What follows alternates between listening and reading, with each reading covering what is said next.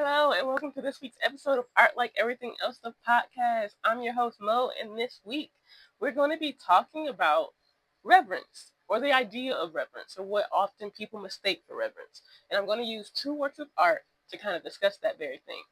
But to get started, I want to read you all the definition of reverence, and then I'm going to kind of talk a bit about how this idea or this belief in that, like, you revering someone often can start to look like you putting somebody on a more so on a pedestal.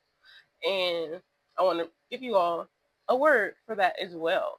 So the first word I'm going to define is reverence. So reverence is defined as deep respect for someone or something. And it's understandable to have deep respect for people, especially those who do a lot for you or who make an impact on your life. However, something I want to discuss this episode is that thin line that often happens where reverence what you think you're doing, but what you're actually doing is called apotheosizing or idolizing. And that can be a very slippery slope. And so I'm going to use two works of art to kind of jumpstart this conversation. And then we're going to just have this conversation. So stick around. Alrighty, so our first work of art is a movie called The Master. So this movie came out in 2012, and it's a psychological drama that follows. So first up, spoiler warning, I'm going to be talking about this movie. It's 2012. I understand if you haven't seen it, the movie's rated R. And honestly, I kind of only recently found it and watched it. So if you haven't seen it, I understand. I'm not going to say too much about the movie, but there's a very specific relationship I'm going to have to touch on in order to kind of get into our topic for this episode. So if you like a 100% spoiler free, go ahead, pause, and go ahead and watch this movie. It's on Tubi, so you can watch it for free on streaming if you really want to. And then you can come back and listen to what I got to say. But honestly, if you don't mind hearing what I have to say, I'm not going to dive into too many details regarding this movie. I'm just going to say what I need to speak about some parts that I'm going to have to touch on, just because there's some parts I'm going to have to kind of discuss to for the frame of reference for the conversation I kind of want to have today. With that being said, I'm going to get right into talking about this movie. So The Master follows a World War II veteran who recently got released, and he's kind of struggling with living back in the real world. And you see him kind of going through the motions, trying to survive, turning to alcohol to kind of quell some of the struggles he's having mentally. And then he runs into a guy who is kind of running this almost like this ideology club or called The Cause. And you see him, because the guy is kind of revered in his community and is kind of looked up to in his community, he leads that community. Freddie, he kind of starts to also believe and uphold and do whatever he can to feel like he is doing good by this person. And so that's kind of along the ideas of what I feel like the conversation I kind of want to have today is you can see that um the guy, Freddie, in his hardship, in his struggles, in his desire to find a place somewhere, he puts this person on a pedestal. And in putting this person on a pedestal, Freddie also finds himself sort of going almost off the deep end. He's doing things that he really shouldn't be doing because he wants to impress or do good by the person he has placed on this pedestal, who he feels has saved him, essentially. And yeah, that's just kind of one aspect of the conversation, or one work of art of that kind of relates to the conversation that I want to have today. And there, I'm going to jump right into the next work of art I want to use to have this conversation in our next section. And for our next work of art, I'm going to be talking about the video game Yakuza Like a Dragon. So this video game came out in 2020, January of 2020, and again, spoiler warning, I'm going to be talking about at least one of very important relationship in this game. It's not spoiling everything that happens in this game, but I have to talk about this relationship because it pertains to our conversation. If you want a 100% spoiler-free experience of this game, either pause here and go play the game. I'm pretty sure it's like 45 hours or something of gameplay or more. And so it's going to be a minute before you can come back and watch it. But I promise I'm not going to spoil every single thing that you can do in this game. And so, like, you can watch this and still enjoy the game. Or if you're not even going to play it yourself, there are people you can watch walkthroughs online. I personally, while I do love video games, I don't play a lot of video games. I often watch other people play video games, and there's nothing wrong with that. So yeah, let's jump right into it. So, Yakuza Like a Dragon follows Ichiban Kasuga and is a part of the Yakuza. He joins at a very young age, um, and he does so because he highly, highly respects the patriarch that's of the Yakuza family he joined. So the patriarch name is Asumi Arakawa. And so, because Ichiban respects Arakawa so much, he wants to be like Arakawa so much, he puts so much faith in Arakawa, he he almost feels as though he's living for Arakawa. Like, Ichiban exists to do whatever it is Arakawa needs. And you kind of see how this kind of leads to some of the events that happen in the game. And it's actually rather interesting because personally, so this also was kind of noticeable in the last work of art, but I'm gonna save that talking point for next section. But it's actually rather noticeable that, like, the emotions don't actually appear to be the same. Um, and so this is why I think it's really important to not put people on a pedestal, because sometimes you do get hurt in the process, because Ichiban, he got hurt in the process of doing what he felt was right by living his life and dedicating his life to Arakawa, and Arakawa kind of took took advantage of that. And yeah, I want to talk a bit more about, like, the dangers of putting people on pedestals and why it's important to not do that in our next section. So let's jump right over it. Alrighty, so it is actually really, really dangerous to put people on pedestals. Why is that? Because we're all human. It makes sense for you to have a deep respect for somebody, especially someone who helped you out. So that happens in both The Master, where Freddie Quell is helped out by Lancaster Dodd. That's the name of the guy who kind of in charge of his own club and whatnot. Freddie Quell had a deep respect for Lancaster because Lancaster helped him when he was feeling bad and down about himself. The same can be said for Ichiban. Masumi Arakawa helped Ichiban out when he was in a real need of help. So it makes sense that they have this deep respect for them. But in having that deep respect, that respect turned into it wasn't just reverence, which oftentimes is what people kind of would like to assume it is or mistake it for, but it became idolization. It became the apotheosizing. Because these characters looked up to these people so much, they put their own lives at risk for the sake of, like, impressing the people that they looked up to. I won't go into detail about, like, what happened in either thing, just in case you want to have those experiences for yourself if you watch the movie The Master or play the game or watch somebody play the game for Yakuza Like a Dragon.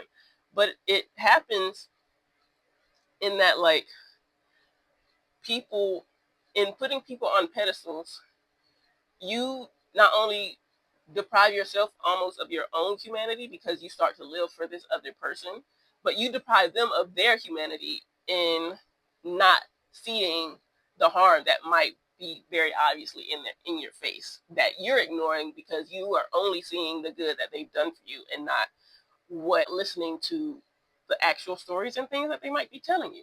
A very good example, for both of these, I'm going to have to spoil a bit because it's really important. Like, sometimes the people you place on these pedestals are human. Well, not even sometimes. All the time, they're human. And sometimes, because, like, as humans, they make mistakes, or they're selfish, or they're not very nice good or decent people. And it's like, it's understandable to want to respect them, to want to like believe in them because they saved you.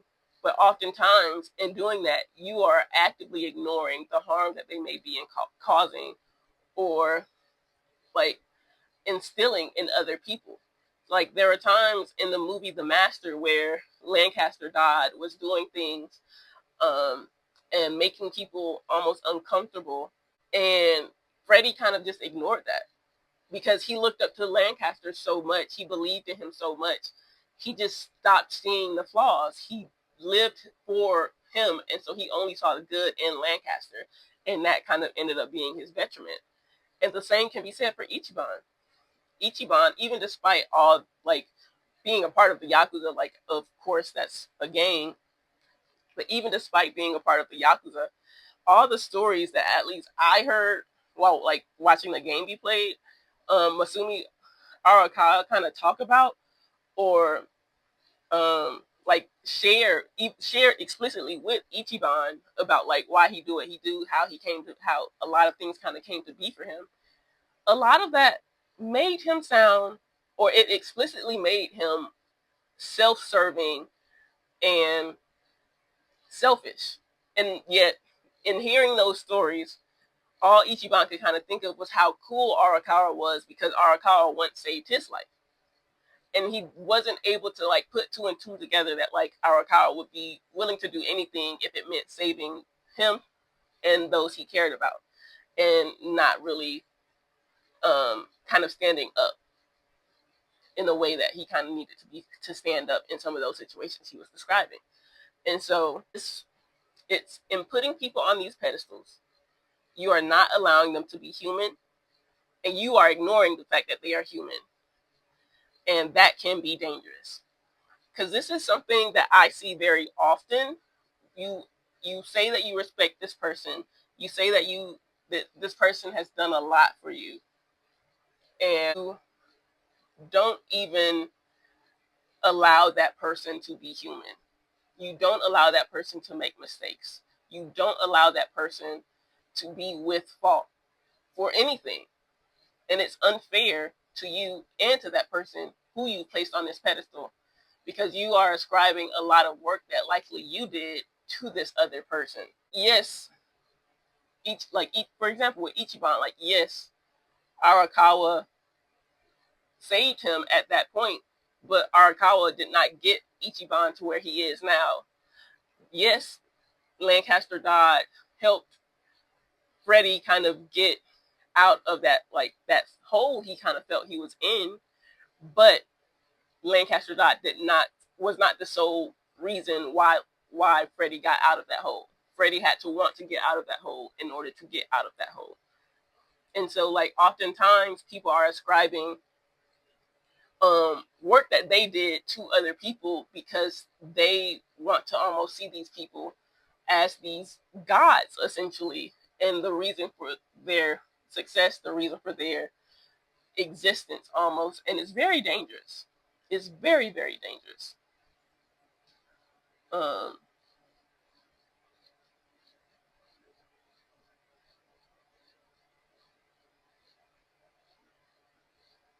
and yeah, so it's just like, I think it's important that we remember people, let people be people, and that there's nothing wrong with being,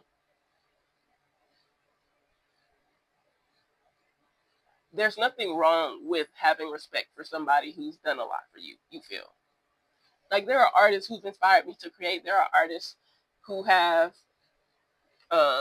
absolutely, like, whose art has meant so much to me, but I would never give them credit for work that I did. They might have, like, their work might have inspired me to do more. Their work might have, like, made me see things a different way, but their work didn't get me to start living my life differently. I had to live my life differently. I had to be like, okay, they inspired me to create. I am going to actually create. I'm the person creating. Just because they inspired me to create, don't mean they get to take credit for my creation. And that's kind of just that, at least for that. And oh yeah, I should read you the definition of apotheosizing. So apotheosizing is essentially just like idolizing, but I am going to read you all the official definition.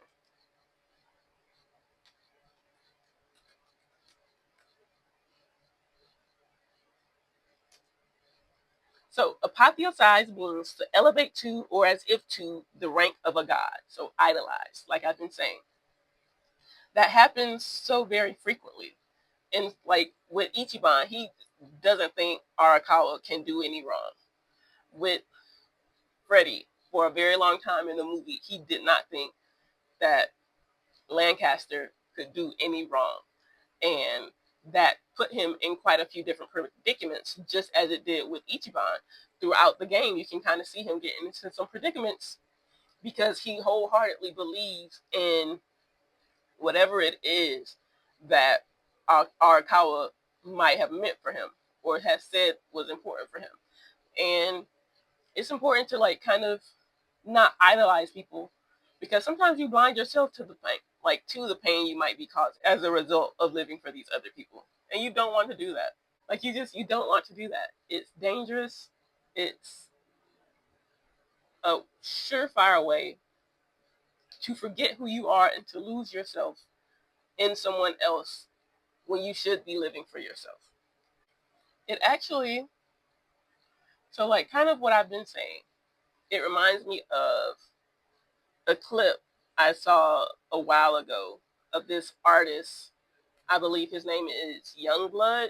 I think he's a British artist. And like a fan kind of went up to him and was like, "You saved my life." Kind of like putting a lot of that weight onto the music and the art that he creates. And his response, which I found really beautiful and really important, was, "You saved your own life. I just provided the soundtrack." Because I think that's a very important way to look at things. And it was a really, really important way to kind of put that power back in the fan's hand and to let the fan know that he didn't want to be put on that pedestal and he didn't want the fan to discredit the work they put into being here themselves, which is really, really important. I find that putting a lot of these people on pedestals is also kind of what makes it hard for you to be able to accept or understand the critique, even when it comes to their art or to some of the values that they're putting out. And you can see that in like the act of standing a lot of these people.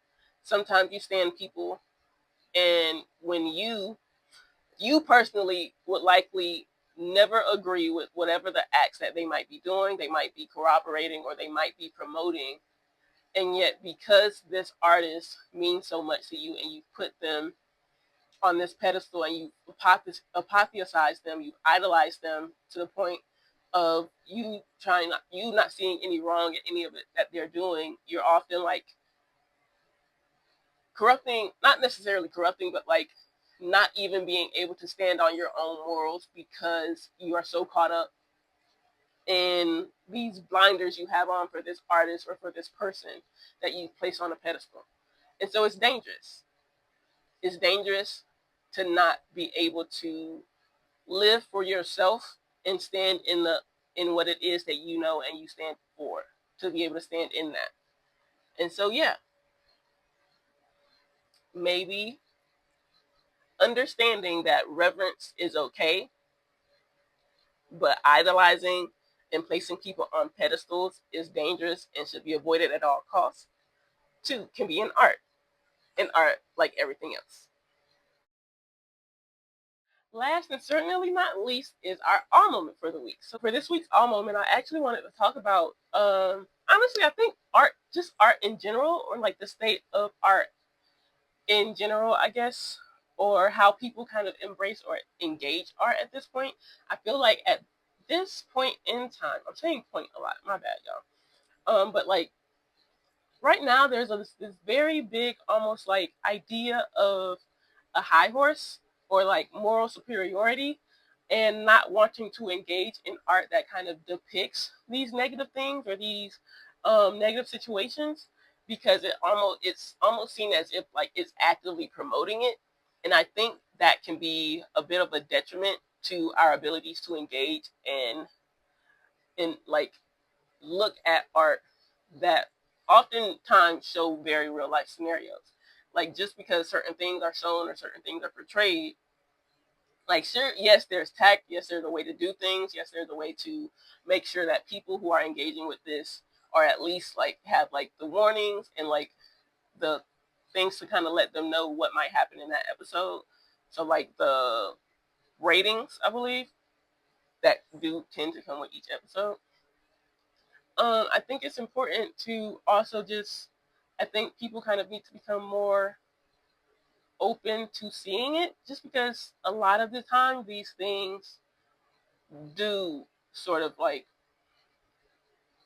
give people an idea of like something they might personally be experiencing, but they don't even realize that they've been experiencing that. So like I think for example, I think some work of art that I did kind of think of would kind of relate to this the topic at hand for this episode is going to be Steven Universe.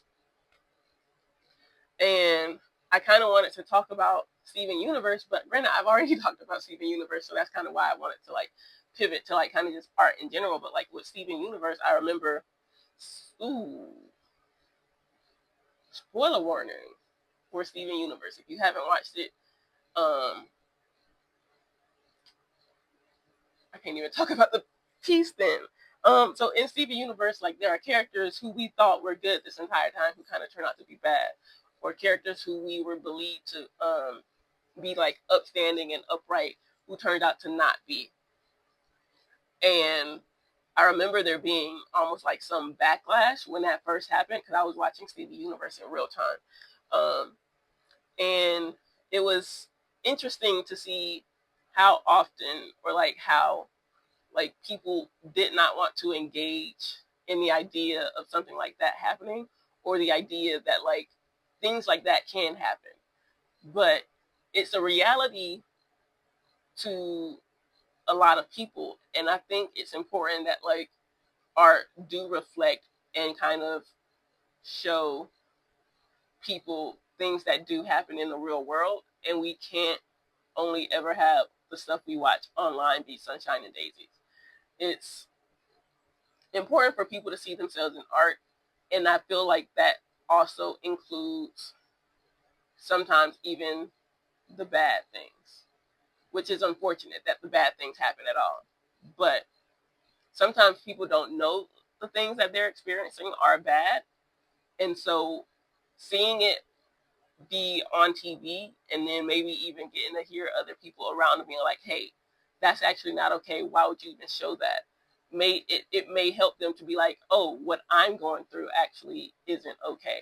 And so maybe I should second guess or think again about these relationships I'm in or these interactions I'm having or this the way that I'm even behaving. Like if that's not something that's okay, maybe I should look at things differently. Yeah, I kind of just, I guess, say all that to say that I feel like we should be much more open to showing the reality of all the things that are kind of existing so that people get the chance to see what it is that they are going through. Even if morally or even just like it may not be something we want to see, we can always watch something else. But yeah, so that's all I have for you today. If you like this or if you have any ideas for any other cool topics, drop those in the comments below. I also would love to hear what you think about this episode. I'm very interested to hear your thoughts about this. And also, if you're not following, feel free to follow, subscribe, like, let me know that you enjoyed this video, and follow me on social media, or you can follow the channel. I'm going to have the handles on the screen. So for this channel and for the podcast and all the other things cool things I'm going to be doing, I want you all to follow Art Like Studios. And for if you want to follow me personally, it's The Lovely Infinite. So it's TheLvly Infinite. And so yeah, thank you for listening. Thank you for being. And as always, have a great rest of your day. Bye.